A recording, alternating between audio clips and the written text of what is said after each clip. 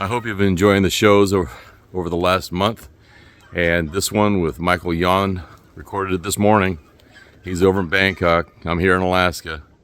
And it's going to get real interesting in the next 3-4 months. If there's a show that probably gets censored, this might be it. So share it with your friends immediately. Make sure you like and subscribe. Please comment down below.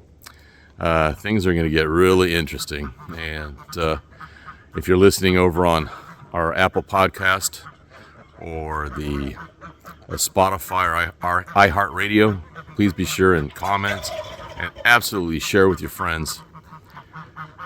Things are going to get wild. Good luck. Watch your six. Trained journalist, history expert, and combat photographer in Central America. It was an illegal covert operation. It was one of the darkest moments of my life. The Vietnamese admitted they had arrested Knight and Graham for violating the territory of the Socialist Republic of Vietnam, and they were in prison. But now, the Vietnamese played pirate, demanding a ransom of $10,000 per man. The British government would not pay a ransom, would they? They don't pay official ransoms. They always make a thing of, we don't pay, otherwise it just happens again. I was held for 11 months, and 7 of those I was in solitary confinement. By the 17th of May 1984, Graham was free and returned to America. In the years that followed, Graham's thirst for adventure remained unquenched. He succeeded in working as a photojournalist, and also, ironically, for the CIA during the US war in El Salvador. Greetings and welcome to Cork's Critical Thinking Corner. And today I have with me once again MICHAEL YON, well-known, famous foreign correspondent, war correspondent, world traveler. He's been in the Darien Gap. He's been through Panama. He's been to Ecuador, El Salvador. He's back in Southeast Asia now, reporting and finding out what's happening in that side of the world. Once again, Michael, glad to have you on again. Last time we talked was, I looked at my record. It was 2 years ago when I was working on my commercial seaplane rating, and I was over there in Louisiana, and we were talking about food supply issues. And now we're really seeing the effect of that, especially in terms of the cost. Today, what I'd like to talk about is what people are more concerned in as we get closer and closer to the election and actually how the fallout will occur. I'd like to start with the idea of what you talked about with Doug Casey and Matt Smith, and I'm actually pushing people who listen to us today. I don't want to go over too much of what you've done with them because there will be a link from this show over to theirs, so you can get a go full out with them because you did a long time with them. I'd like to go into the in depth to start off with. You had talked about dog kings or dog queens if we were to talk about Harris. Can you go into that in further detail? Yeah, Dog King is an old information war strategy where like one king runs off another king or kills him, whatever. And he installs an actual dog as the replacement king. Mm-hmm. And what this does, so they'll give him a crown and a throne and interpreters, royal dog food, I guess, Yeah. and it demoralizes the subjects. Like, hey, that's your new king. And they're like, well, that's a dog. Yeah, well, it's your king. And then it also emboldens your enemies. Yeah. As you can see, when you have people like Trudeau, Harris, all these clowns, Biden, their literal AOC, that thing from Somalia, the Fetterman guy, the Lurch guy, all these are all Dog King strategies, right? And likewise, you see the same over in Europe, right? And so people are just like, this is my leader. What is this? You know what I mean? And so it demoralizes people. And again, it emboldens your enemies who are coming across the borders because they know if you're that weak, they'll just take you, right? You're nothing. And it's true, you are nothing, because if you're not standing up to that, then you're not going to stand up to them. Yes. You're not even going to stand up to your borders. Mm-hmm. And that's what's happening. And that's literally what's happening because people aren't standing up to their borders. And they are allowing people like Biden to mumble around and be president. And so, yeah, you're ripe for destruction. And, it's time for men to do man stuff. And if men don't do man stuff, then they'll just be defeated. And that brings up the idea of what we were talking about in terms of where you've got a scenario where they've been demoralizing. The way I look at it is basically it's just like you're doing a beach assault. You're softening them up, and this is part of the softening up of the target. And I'm looking at the idea of what's going to happen next and what we're talking about. And many people are concerned. I've been listening to this one guy. Have you heard of what's his name? Rudyard Lynch. He has that YouTube channel where he actually forecasted the assassination on Trump based on what he was looking at in terms of like a 2 year, and he did it 2 years ago on one of his shows on YouTube. And he's a young kid, 23 years old. It's amazing the type of understanding he has of history, and he's been putting it all together. And he goes through kind of like what Neil Howe did. Remember with the Fourth Turning? You've probably read that one. I did. Yeah. But what would be special about somebody predicting that Trump or anybody might be assassinated? Because those predictions are like daily, right? They are daily now. You know, it's just documented in his YouTube channel that he had done. I think it was like 2 years ago. But he seems to be doing the rounds right now. You know, like with Julian Dorey and goes with Danny Jones, these other shows. But it's interesting that people are really thinking about it now. I thought about it, and I'm sure you thought about it years ago as we looked at what was happening in terms of the economics. And it's kind of like when I came back, you know, from Korea, we talked about. I came back from Korea 2007, and that was just that price hike on fuel, you know, under Bush Jr. And it was like it stopped trucks bringing food into San Francisco, and empty shelves in San Francisco 2008 during the real estate crash. And that's when I got my idea. I'm getting the hell out of here. I'm going to Alaska so I could feed myself. And that's where I live in my homestead up here, right? And we've talked about this. Yeah. But a lot of people are just now catching up. Just now getting the idea like, wow, this could actually happen. What would that be like, you know, in terms of having a civil war in the United States where you have, I don't see it being factions. I just see people trying to get food. What are your thoughts? Yeah, I mean, I returned to the United States in August of 2020 after spending most of the last 2 decades overseas. I've spent most of my life overseas, actually. I mean, I'm hardcore American. I grew up in Florida, went off to the Army, that sort of thing. And then, you know, and I've lived all over the United States, California, Massachusetts, you know, North Carolina, many places, Ohio, Florida, of course. So I've really seen the United States in great detail. And actually, Alaska is the only state I haven't been to. Most of the states I've been to like 5-10 times, you know, and so I've really seen our country. But I've lived most of my life overseas. And then I started to notice in 2020, I've always thought the United States could go into civil war. Or, I mean, I've thought that since my 20s anyway, when I learned more about war and, you know, in the Army, studying war more and more and going down range and seeing things. And I could see where the U.S. could do that. Yeah. And I remember I was in North Carolina, Western North Carolina, at the Nantahala Outdoor Center, as I recall, on the Nantahala River out there in the Nantahala Gorge. And I was looking at that river, the Nantahala River, having lunch with a friend of mine. And I said, you know what? Our country is like that river. You know, it's a nice crystal clear water. People are kayaking down it and that sort of thing. But those rocks down there, those are our social rocks, you know. As long as we've got plenty of money and the economy and the food and everything is going well, you'll just float right over those rocks. You'll bump off a few now and then, but you'll be fine. You'll just keep on going, right?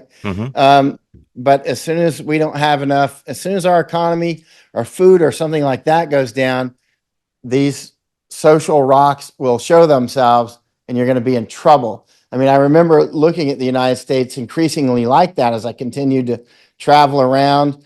And now, of course, it's intentional at this point. Well, it was intentional back then, too. You could see there's been, for many generations, people have tried to get races more riled up against each other than they already were. Yeah. And so, but now it's really industrial strength, especially with the invasion and the woke stuff, trying to get men to fight women and adults to fight children and children to fight, trying to get, you know, different age groups to fight each other, different everything, social classes, economic classes, races, religions, trying to atomize us down until people are literally alone and fighting everybody who rattles the cage, or they perceive who rattles the cage, right? Yeah. So they're trying to atomize us and make us fight each other so that we can be destroyed. keep in mind, there's globalists who've wanted to do this for well over a century. People who blame this kind of stuff on Obama, they're just totally missing the boat. Obama is just a fruit that fell off the tree that was planted long before any of us were born. It was planted before our great grandparents were born, right? Yeah. So he's just another poison fruit. Yes. He's a big poison fruit, but he's just another one. And likewise with Biden and Harris and Trudeau, these are poison fruits that are those trees were planted long ago, right? Yes, exactly. And now they're coming. I mean, now we were born into a fully developed ecosystem, right? And a lot of people still don't see it. And I understand that, because it's not like something that just leaps out to you unless you spend a lot of time studying it. And then it's actually pretty obvious. Actually, it's really obvious if you spend enough time studying it. Then it's not even hidden. And then it becomes kind of frustrating, because it's so amazingly obvious, and it becomes frustrating because you're like, how do you not see it when it's right in front of you, right? And that brings the question of, is it they don't see it, or they can't or don't want to see it? And that's what I find more so appearing now, which is it's in their faces. It's so blatant. I mean, even we're talking about the election coming up, and it's going to be different. That this time, quote, our savior, Trump. I mean, yeah, I liked what he did. I liked what he tried to do, but I don't even think he had a full administration. And that's kind of, that's what the big rift was between him and Steve Bannon. Steve Bannon told him to clean house, and he didn't. And so he had all these operators, all they had to do was walk down the street, Pennsylvania Avenue, and they could walk into the office of the Obama administration. It's like, that was so damn obvious. And I'm asking people, you realize what we're under right now? And people don't get that. How do you communicate with people like that? How do you, or do you just say, you know what, they're going to pick it up on their own? A lot of people just won't. So it's kind of difficult to recognize which ones might get it later. It's not like we all suddenly were born and like, I see it. You know what I mean? It's exactly. Like, it takes time. And as I look back on my path to actually understanding the kind of globalist war that we're in, it took a long time. It took a lot of people planting mustard seeds, right? Which take time to grow, right? So it's not like, because I'm not going to believe the first person that tells me this. I'd probably dismiss the first 100 of them. You know what I mean?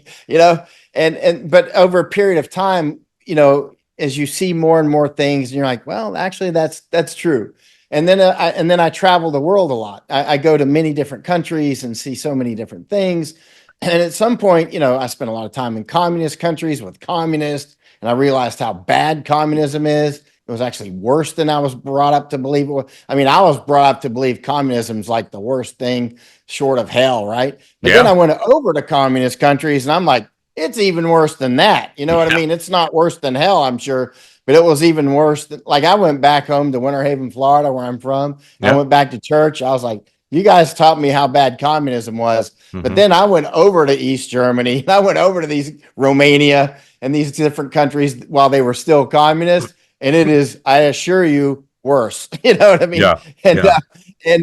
So that was a big wake up. I mean, just to like, everybody was so like just organically depressed. I mean, everything's ugly. The buildings are ugly, and just everything smells, literally stinks. All the communist countries literally were stinked. And the people are often just huge amounts of alcohol and things like that.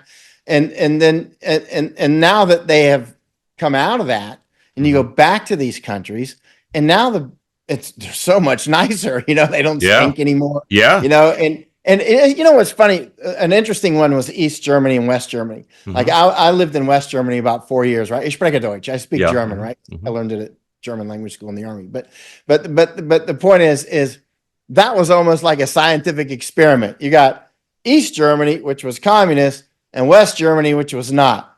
West Germany is where a lot of military people really loved to be. I loved it there. I loved southern Germany. I was stationed in Bad Tolz in the south of Munich. It was so wonderful. It was great. The people were great. It was just nice. It's like Disneyland, actually, without the old Disney. And then finally I went over to East Germany. I'm like, wait a minute. These are the same people. One of them is more of a free economy, not totally free, but much more free. And the other one is communist. Yeah. And that communist East Germany, same exact people, was absolute. You wouldn't want to live there for 48 hours other than for adventure. You know what I mean? Yeah. I mean, the adventure value was there, but you'd want to be popping back to West Germany pretty quick. Yeah. And so that was a huge lesson. You know, just and also like Polish people. Like I would see Polish people in Poland, terrible, depressing. I'd see Polish people in Chicago and stuff. They're doing great. You know what I mean? Yeah. It's the same people in a different system. Mhm. It wasn't the Polish people. Exactly. It was that system. You give Polish people, you know, land, you know, an opportunity to thrive, and they will thrive, right? Yeah. They work hard and that sort of thing. The human But condition. you put them under communism, and they're going to be communist, and they're going to be dour and that sort of thing. And that's, I mean, that's one of the things about communism. I was going to ask you about, I mean, were you born in 64? I was born in 64. Or you're like 64. Okay. So our generation, I think, was like the last generation that was truly indoctrinated with the understanding of communism and really understanding what that meant. And as I've gotten older, I've realized it's just another tool of what I call these players.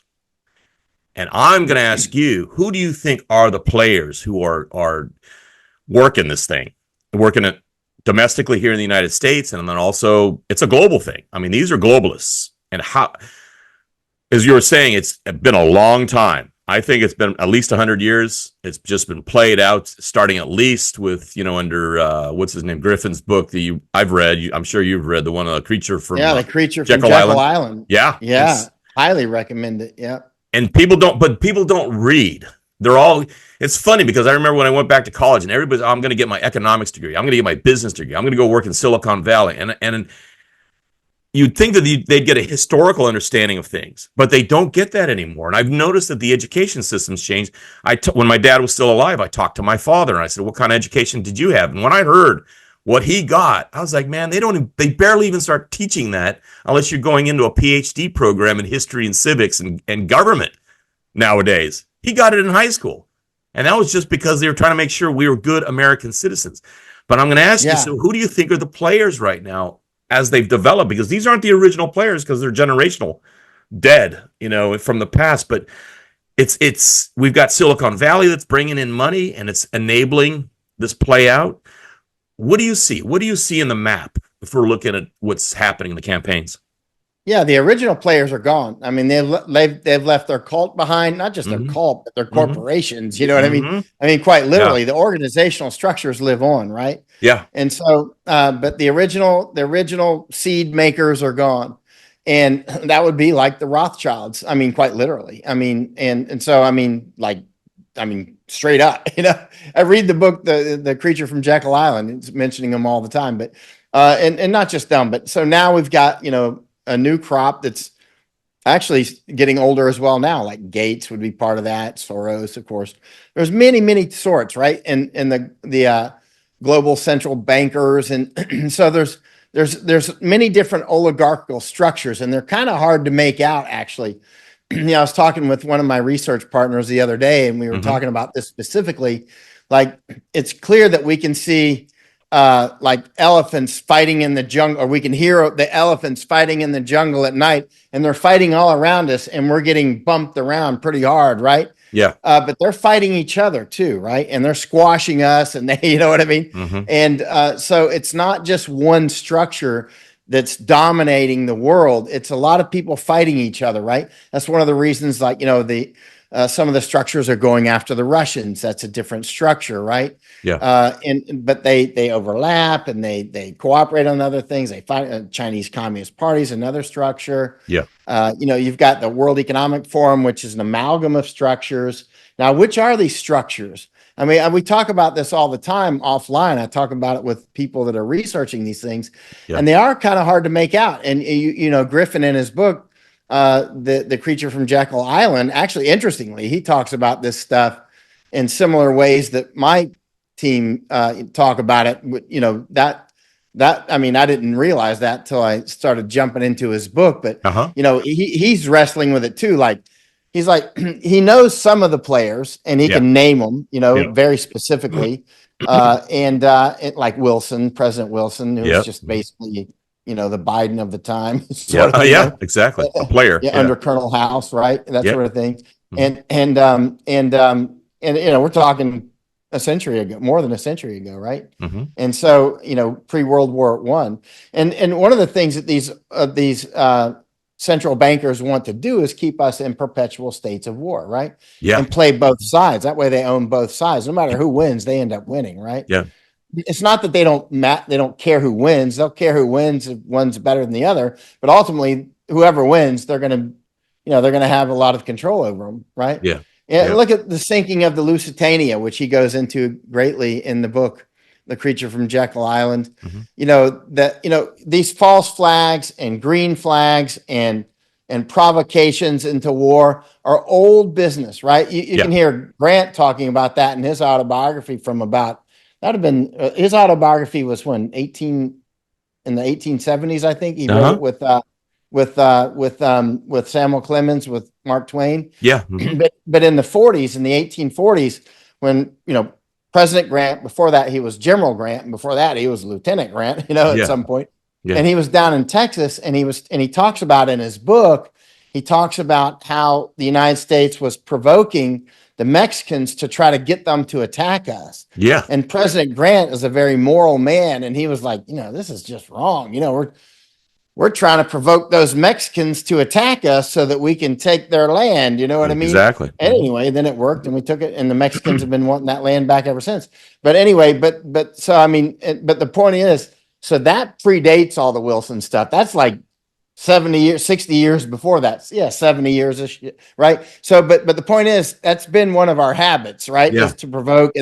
But now let's go forward. Let's go up to the Lusitania, World War I.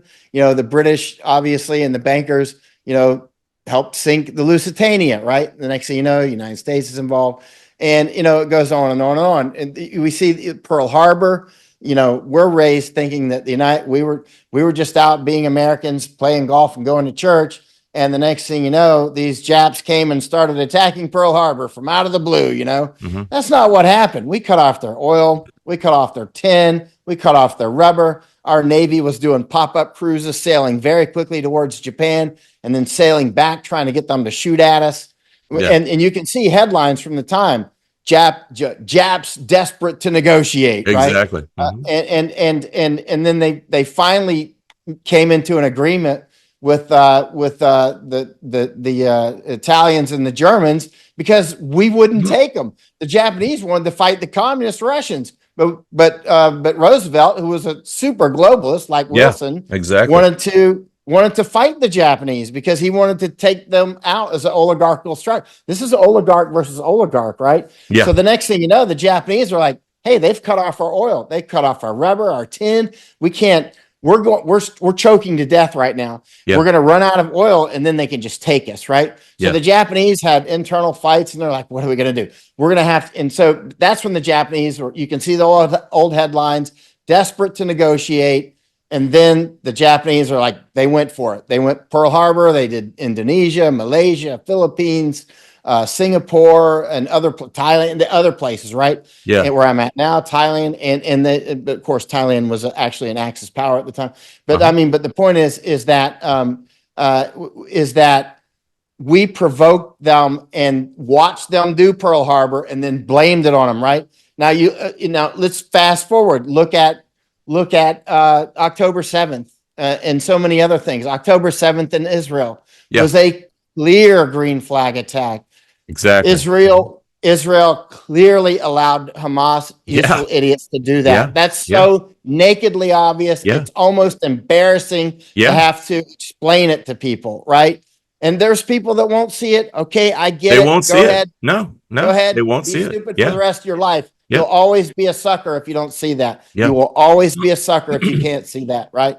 And bottom line, let's just talk straight here because we're in a state of war. We Yeah. don't have time for clowns and suckers, right? Exactly. And so Exactly. that was a clear green flag attack. A green flag is they know it's coming. They probably helped set it up almost for sure. Yeah. Like, let's say 99.9% chance. Mm-hmm. They allowed it to happen, and then they use that for casus belli to do what they're doing now, right? Yeah. So the British have done it with the Lusitania. Yeah. We did it with the Mexican-American War. Yep. We did it with Pearl Harbor. Mhm. We did it with, I could go on and on and on and on and on, right? Vietnam, there's many different times when this is our modus operandi. The British, Americans, Israeli, let's say Zionists, Yeah.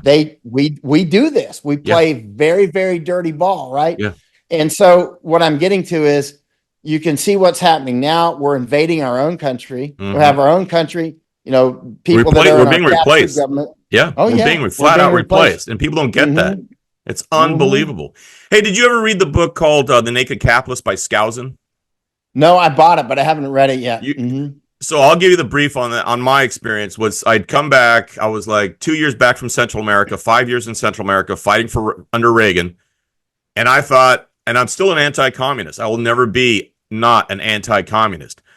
But when I read that book and read how the Rothschilds bankrolled both sides, Lenin and the Tsar, at the same time, and it makes so much sense if you look at it from a business. You always bank both sides because either way, you're either going to get you're shorting or you're going to get a full gain, and that's how they think about this stuff. Oh yeah, they're gonna support Trump and the other guys. But in this case, they're both the same anyway. They're both the same. We've reached the point where they're not even separate. Only the smaller people will support both sides. Yeah. The big people, they're both.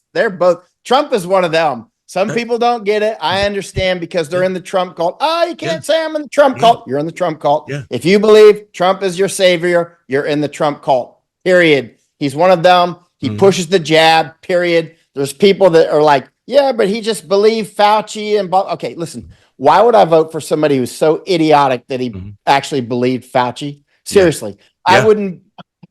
There's millions of us that did not fall for Fauci. Exactly. Tens of millions of us did not fall for Fauci. Exactly. Why would I vote for somebody so stupid that he fell for Fauci, right? Yeah. And who's still in late August of 2024 is still pushing the jab. And then they fall back to the next fighting position, which is, well, his ego's just too big. So he's letting millions of people die because he's just got a big ego. Yeah. Seriously, you got amazingly low standards. And you're immoral. You got zero ethics if you're going to give him a pass. Anybody that's giving him a pass because his ego's too big to admit that it's killing tens of millions of people, all these jab pushers who are falling dead every day now. You know what I mean? It's like every day you come to the internet, some other tennis star or something falls flat on their face, or somebody dies who is pushing the jab. At a young age. But nobody wants to look at it. So it's again, nobody wants to look at it. They are the same thing. Right? Period. And people go, well, who do you want? Harris? Obviously not. Non sequitur, right? Exactly. And they're like, well, what's your solution? I gave many solutions before. Don't support either one of them. A military precept, as you know, in military leadership is a military leader will get what that leader accepts. Exactly. If you accept low standards, you will get low standards. Exactly. If you accept trash like Trump and garbage like Biden or garbage like Clinton or garbage like Harris, she's less than garbage. If you accept that, you will get that, right? Yeah. You accept Trump, you accept Biden, you accept RFK, you accept all this, that's what you'll get. And that's what we're getting. So what am I supposed to do now? Millions of people accept it, send them all their money. The next thing you know, now you're saying, well, what's your solution? You burned your house down. What solution do I have? I'm not magic. I'm not God. I can't put the ashes back together, right? The bottom line is don't support this. If you don't want it, reject it all. Reject and demand that we get somebody with actual standards, right?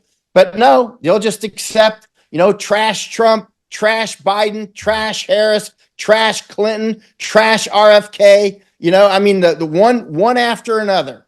And Zionist first. Trump is Israel first. RFK is Israel first. Harris doesn't even know where she's at. Biden, I don't know what to say of him. There's no words low enough to even insult Biden. He's below that at this point. Harris is as well. It's embarrassing. It's just embarrassing. We get that because people accept it. And that's what's it brings us back to the dog kings and the dog queens. I mean, that's why they're there. Yeah. They're there to demoralize the people. That's why when people say, why doesn't the president do this job? Why doesn't the president do this job? I said, he is doing exactly the job he was placed to do, which is to break you down, to say that if you're willing to take this, what else will you take? Because you won't stand up. You won't do anything. They'll watch the border be open. They'll watch the border wide open. There is no border. We have no border. And yet they'll come out there and go, we got to go save the magical elf people in Israel. We got to save them because they're higher than us. They're God's people. They're not God's people. They're Zionists, right? A huge amount of them are atheists, pedophiles hiding over there. A huge amount running that country are.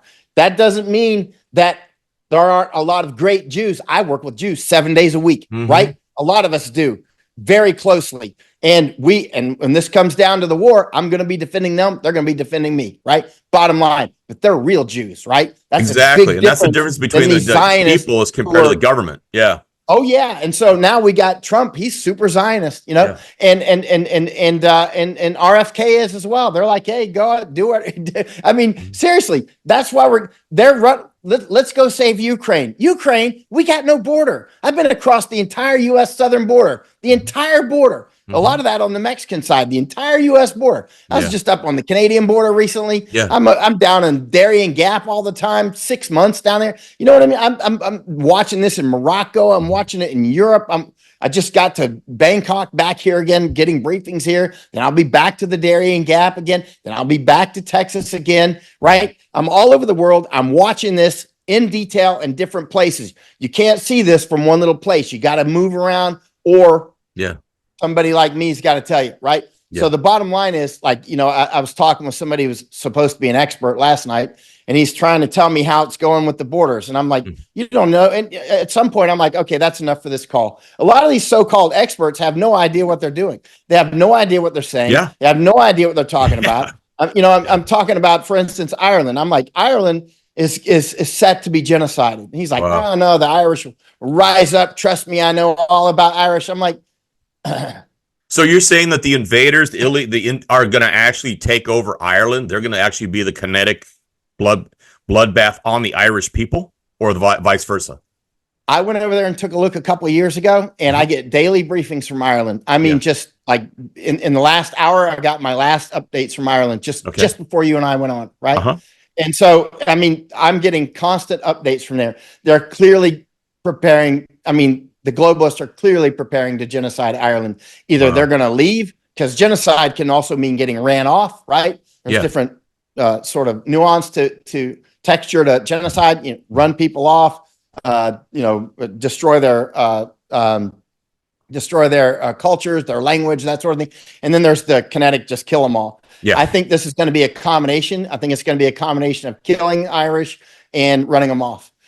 Those who, I mean, it's there. I mean, I'm watching it closely. When I went over there, and that's why a lot of Irish are seeing it now. There was just 2 fires in the last about 24 hours in Dublin. And I don't know what the cause of those fires were. Some people are like, they're burning down, alien centers. I don't know. I mean, because I've been with, I spent years in many of the countries these aliens, these invaders are coming from, and they cook inside their apartments and stuff. You know what I mean? I have no idea what caused the fires. I mean, it could be arson. It could be just some clown doing it. Could be a rat chewed through a wire. I have no idea. But the bottom line is there were a couple of fires, but the bottom line is the Irish many of the Irish are waking up now and realizing this is no kidding. Like, you look at the map, somebody made a map for me of all the camps. I asked him to make a map. Because the first thing you want to do is map it out, right? Yeah. And then, because the map often tells you a story, right? And so you can see that the map of where these camps are, and these camps are using T barriers like used in the army, in the military for combat camp. And they're putting T barriers up. And so these of the invader camps, they're like next to the airport, next to the harbor, next to the main roads, next to places where you can control Dublin and other parts of Ireland. These aren't coincidences. These aren't random places. They're not picking places because it's in an open field and it's, out of the way and it's a nice place to build it. They're building clearly places where you can lock down that city, Dublin, right? And other places. So this is intentional. I think it's just a matter of time. Of course, we don't know. We have to wait and see. Could be wrong. But, if you look at my track record, that's what concerns me actually, is my track record is increasingly accurate as the years go by. Yes. I mean, I've reached to the point now where I'm like Babe Ruth. I mean, Yeah. I'm very accurate. The mistakes are increasingly few and far between. It's very clear that Ireland is being prepared to be genocided, right? Yeah. And it's very clear that the Chinese will eventually probably use Colombia to take Panama, to take the Panama Canal. I don't know. I'm just watching how this playing field is shaping up. I'm watching playing fields in different places. I think eventually the Chinese will go for Taiwan as an example, and then work their way to Okinawa. I just left Okinawa, and I'm now in Bangkok. And I'm in Bangkok to do related research. I had an office in Thailand for years in Chiang Mai, so I'm quite familiar with this. I'm very well connected here, and it's interesting. Now I come back to Thailand. I've been gone since 2020, and I've only been back one time to meet a former prime minister, a friend of mine, to talk about something. Other than that, I've been gone for the entire time. Yeah. I just came back, and there's marijuana stores all over the place. Real Oh, marijuana. wow. Yeah. I went into one yesterday, and they're selling actual huge amounts of marijuana there. Right now, a lot of people go, "Oh, you're anti-marijuana." Yeah, I am actually. I admit, and proudly, because I'm going to tell you what, war is what I study, and I know what this is being used for. Exactly. It's being used like alcohol and other things to dumb down our people. It's dumbing down our people. It's lowering the testosterone. And meanwhile, we've got high testosterone people flooding into our country. While our young males are not doing man stuff, a lot of them anymore. They're talking about my freedom, man. You want your freedom. You're not going to do anything about freedom if you're laying around smoking dope. You're just a worthless piece of trash. Bottom line, if you're at your mom's couch and you're smoking dope, you're trash. You're male trash. We need you to man up, sober up, and get real. Everybody wants to be a hero until it's time to do hero stuff. It's time to be a man. It's time to be a man. It's time to stop watching the drunks like Joe Rogan and all these other clowns. Oh, and they don't get that. They don't get that. They say, "Oh, you're not being cool." It's like in high school. It's like in high school. They don't get it. And they'll come out and they'll hit you with these cut and paste things. I see it, like when I say this, there'll be a lot of comments that say, "Oh no, this stuff is good for cannabinoids or good for PTSD." It's cut and paste. You know what I mean? And it's like, hey, we get it. For some people, maybe it's medicine. I get it. But that's not why you're defending it. You're defending it because you're worthless trash and you're high. And you're using I'm going to talk talk because I know these people coming through the border. I spend years in wars. I know what they'll do to you. They will kill your ass. They will kill you. They will take your women. They'll take your house, and that'll be it. You won't even be remembered, right? You and your little AR-15 and your bong. Exactly. That's nothing. This is very serious. This is straight up war. It's time to get serious. Get off the couch and get ready and stop talking about your freedom. You got no freedom. You can't. What do your votes even matter? You got a bunch of Trump cadets out there going, "We're going to vote even harder last time." But even while saying that the last time the votes, the election was clearly stolen. And yet it was clearly stolen. And nothing has changed since then, except we got millions of more fake voters in that shouldn't even be in the country. And yet the Trump people are giving huge amounts of money to Trump, superhero that may or may not have been shot in the air, which I think is bullshit probably, but I don't know. But the bottom line is the bottom line is, what are you going to do? Vote harder? I'm going to vote even harder for Trump this time. Meanwhile, you're saying the vote was stolen last time. So somebody's going to be installed this time again, probably. Who's it going to be? I don't know. It might be somebody we don't even know yet. It might be a monkey. They might install, an actual chimpanzee and say, this is your, it's not a dog king, it's a chimpanzee. This is your new chimpanzee president, President Chimpanzee. And people go, well, he got installed, and they'll just go for it, right?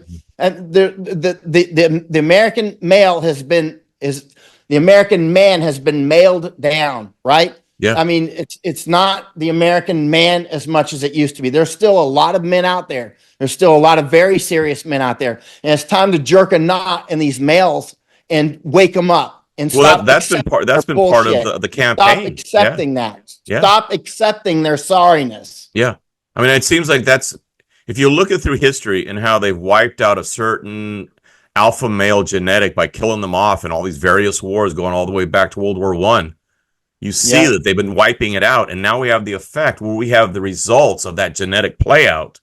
And then also people coming into the country who didn't fight for this country, and they just went in and they benefited from all the benefits of being in the country, not understanding that the reason we have the economic plethora of abundance is not because, oh, everybody was a good businessman. It's because people killed and spilled blood so you could safely do and protected it so you could keep on doing that. That's not happening anymore. Now everybody just wants to go to business school and make money. They want to say it's my freedom, man. Yeah. It's my freedom. It's my I got freedom. freedom I'll to take- lay up like a sorry piece of trash. Yeah. Male trash. That's all you are. If you people walk by me on the streets and they smell like dope, I'm like, there's male trash. These guys are going to kill them. They have they're in a purple haze. They come up and they'll say, well, what about alcohol? Why don't you that too? Stop being a drunk. That's why stop watching all these shows that are getting drunk on their shows. Get rid of them. Trash them. Don't have time for them, right? Yeah. It's time to get serious. Yeah. I mean, it's way beyond time to get serious. Tens of millions of people have come through. They don't care about you. They don't know anything about a constitution. They don't speak English. They don't speak Spanish. They don't speak any language you've ever heard of in many cases, right? And they don't care. They're coming in tribal units. And they're here. They are invaders. They are brought as invaders. They are not here to just vote. I often I'm talking with people and they're like, "Yay, they're bringing these here to vote." Why would they bring them to vote when we already know they're stealing the elections anyway? Yeah, they're not bringing them to vote. But if you think that that's why they're up to, that's just another little pill you're taking as they're bringing. They will be armed. They're already taking over apartment complexes in places like, Colorado and who knows where else. They're taking over homes everywhere. Violently. They're raping boys and girls and women and men. They'll rape a man as fast as they'll rape a child. All these males, you think they won't rape you? They'll rape your ass flat. You have no idea the type of people you're dealing with here. They'll smash you down and rape you right on the street. I've been to their countries. I know what kind of people they are. I spent most of my life in about 100 countries, right? I spent most of my life out of the United States. Wild kingdom, right? And I'm telling you, some fish don't mix well in the same aquarium. And they are now in our aquarium. How many of these invaders would you, and this is the thing, people say, oh, they're immigrants. They're not immigrants. They are operators. And you can tell just by how, like, a lot of them, that people are talking about, oh, it's great in Venezuela right now. It's a wonderful place to live. Yeah, because they got rid of the criminals and they sent them up here. How many would you say? I've heard numbers like 22 million of these people are free, walking around, taking advantage of the system. Food stamp cards that are like up to $13,000 of tax dollars, U.S. tax dollars. What number do you think right now is in the United States of these operators? It seems like I've seen 22 million. I'm exaggerating a little, but I've seen so many. I spent so much time across the entire U.S. southern border, right? And obviously Darien Gap and Guatemala and Mexico and all these other places. I'm Honduras watching them come through, El Salvador. I mean, I'm down there watching these things. Colombia, up in Canada. We got 4,000 miles plus of border between us and Canada. It's going both ways up there. Bahamas is another border. I went down there earlier this year. And it's unbelievable. I mean, China's got a huge port in the Bahamas right off the coast of Florida. Floridians don't even seem to, it's like oblivious. You know what I mean? And Antigua, Grenada. I mean, it's like one thing after another, right? And now, how many are in the United States? I do not know. Nobody knows. Nobody knows. Yeah. No, Department of Homeland Security doesn't know. Yeah. How is anybody going to know? I mean, because the government's intentionally trying to hide it, and a huge amount of them are gotaways anyway. And they're also coming up through the Canadian border. They're coming in so many different ways. And not only that, they're just having babies. I mean, they're having babies all over the place, right? Now, when you look at were you with 10th Group? What was, when you're a Green Beret, what group were you with? I was with 10th Group. You were with 10th. Okay. So when you look at the military now, because the military will be an extension of the government if there is a civil war, which is a foregone conclusion to me. How do you see that playing out? Is it going to play out like in Russia during the old Soviet Union when you had a split between the KGB and the Russian army, and that's actually what saved the Russian people? Or how do you see that playing out when you look at the actual combatants from a military understanding? people with brighter headlights than I had were warning about this 25 years ago or so. They're Yeah. like, hey, they're replacing our officer corps Yeah. with compliant people. And at first I was like, I'm not seeing it. Yeah. And then I started to see it it became kind of obvious maybe 15 years ago. But for Okay. other people, it was obvious before that. For other people, it was obvious earlier, right? Mhm. But now it's like, I don't see how you could miss it at this point, right? And so, yeah, obviously they're trying to replace any real patriots in the military with people that'll just do what they're told, right? Yeah. And when I was stationed in Germany, and we used to talk about the Germans all the time. We would talk about, how did they get these people to do this? How did they Yeah. get them to like load the trains up Exactly. and we would we'd say, I would never do that. We'd fight back. But now I see it because I'm on the border all the time. I watch what our border patrol does. Even patriots and border patrol, they're just little gears in a clock and they don't even know what time it is. Yeah. They're loading up the buses. My job is to load the bus, right? Yeah. And Yeah. I'll say, look, you're invading. You are the invasion force. You're the one that's keeping patriots back from closing the border. Well, I'm going to lose my retirement. So basically, they're just like good little Nazis, right? So now I understand. Now I understand how that happened. But it was hard to understand until I physically see it. And it's actually stunning because even people that you're like, this guy doesn't seem like a criminal or a bad guy or anything. He's just weak or stupid. You know what I mean? But he doesn't seem evil. But at the end of the day, he's part of the machine that would be feeding people into death camps. Part of the machine. Quite literally. Yeah. Yeah. We're coming up on the hour, and I know you're really busy and you're in high demand right now because of all the things that you know and that people want to know. One of the things I've actually had questions put to me because I told them I was going to be talking with you is how, as a free citizen, as someone who wants to remain a free citizen or be a free citizen, a freeman, free woman, what can they do to prepare for what's coming? And I'm talking I'm not even talking 10 years from now. I'm talking about in the coming year, even this fall, which I think is going to be the spark. Where would you go right now with how to shoot? I train. I don't even fire ammunition anymore. I dry fire because I don't want to blow my ammo.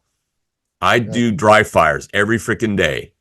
And and I feed myself. I'm a subsistence hunter and fisherman up here. Moose season starts in a month. I'm not in a month, in a week.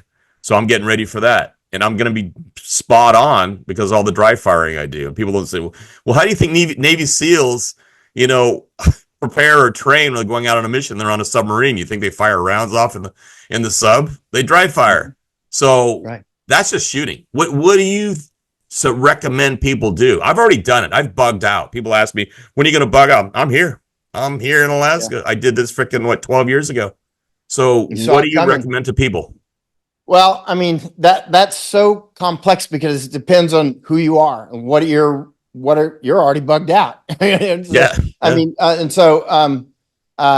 For other people, if they live in an apartment in Manhattan and they don't have any money, you got to think creatively, right? What are your resources? Do you know somebody in, Paraguay or something, or, what I mean? I don't know. It depends on too many things for me to say that it's not, I can't say, well, here, wear this. It doesn't work like that. So, and because people ask me all the time, I'm like, that's just too complex. But the bottom line is, I will say this, you need to not just think about it. It's time to start taking actions. And what's coming ahead is strategic. It's not like once we go into famines, then it's going to be over and everything will be abundant again. Clearly, the global situation is changing permanently, right? Like the global food supply is clearly being reduced. See all these fires, you see all the nitrogenous fertilizers and all these other attacks that are happening on food process, H5N1, all these different things, attacking our protein supplies through cattle or chickens or whatever, fish. This is strategic. The globalists clearly and openly plan to reduce the human population on Earth by some very significant number. Now that could be done very quickly by just turning off the electricity. I mean, just Yeah. ask yourself, what would do right now if everything just blacks out? Yeah. We're just cut off. Yeah. All of our lights go out. Okay. Bang. There went the start whistle and the start gun. You know what I mean? Now, Yeah. what are you going to do? If you haven't thought it through, then you're going to be playing catch up. Yeah. You've thought it through. You're in Alaska, and you've probably been scouting out all the good hunting grounds and that sort of thing, you know. And I'm sure you got all the fishing tackle that you need and for ice fishing and everything else, right? Mhm. And so, but others haven't thought that far and ahead, and they just need to do it right now.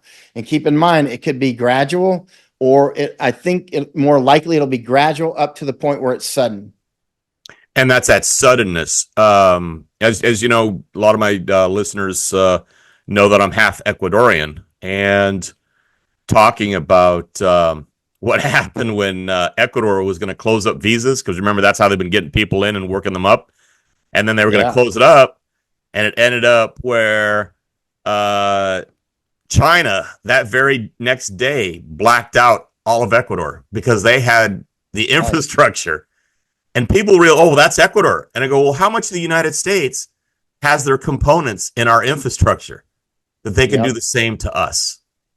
And how would that play out, man? It's just like, it's wild.